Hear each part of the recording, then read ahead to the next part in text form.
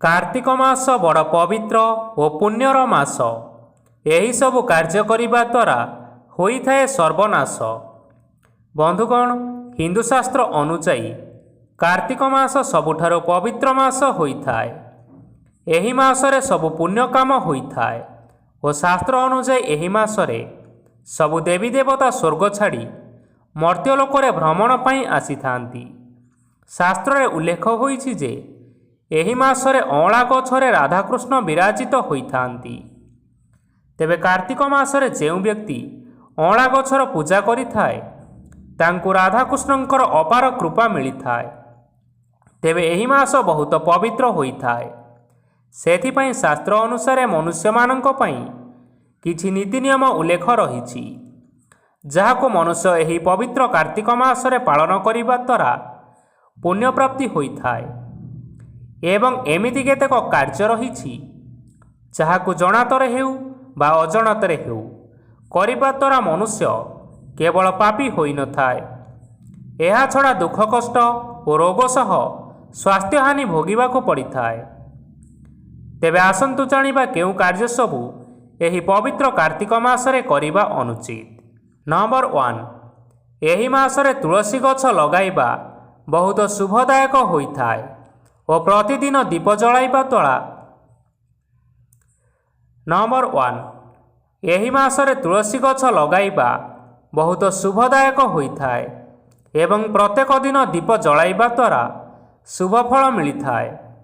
एहा छड़ा शास्त्र रे कार्तिक मासरे बिना पियाज रसुणर खाद्य ग्रहण करिबा पई कुहा जाइछि और एहा मध्य कुहा जाइछि जे आमिष सेवन करिबा द्वारा मनुष्य को अनेक गंभीर रोग मध्य होई पारे।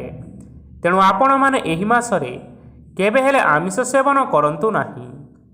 नंबर 2, शास्त्र रे कुहा जाइछि जे कार्तिक मासरे जेउ व्यक्ति सकाळ समय रे शय्या त्याग करी सूर्यंकर कोमल किरण पड़िबा बेले स्नान करंती तांको जीवन रे सबु दुख कष्ट दूर हेबा सह स्वास्थ्य भल रहिथाए। और जेउ व्यक्ति सूर्योदय परे मध्य सोई रहिथांती तांको जीवन रे समस्या बढ़िबाकु लागिथाए और स्वास्थ्य खराब हेबा सह धन हानि होइथाए। तेणु आपण माने एही मासरे केबे हेले डेरी जाई सोई रुहंतु नाही। नंबर 3, शास्त्र अनुसायी एही मासरे काहा विषय खराब चिंता करिबा बा काहार अमंगल कामना करिबा अनुचित। एमिति करिबा द्वारा आपणको पाप लागिथाए और आपणको घर परिवार को एहार खराब परिस्थिति को सम्मुखीन करिबाकु पड़िथाए।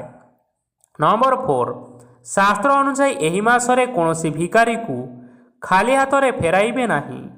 निजर सामर्थ्य अनुसायी तांको किछि ना किछि दान अवश्य करंतु। एही मासरे पिंड दबा अत्यंत शुभ होइथाए। सेथिपई सठिक विधि विधान रे पिंडदान कले पूर्वजमानंकर आत्मा को शांत प्राप्त होइथाए। तेबे बंधुगण, आपण माने एही पवित्र कार्तिक मासरे एही सबु काम ठारू दूरेई रुहंतु। देखिबा आपण मानंको उपरे भगवानंकर आशीर्वाद रहिबो।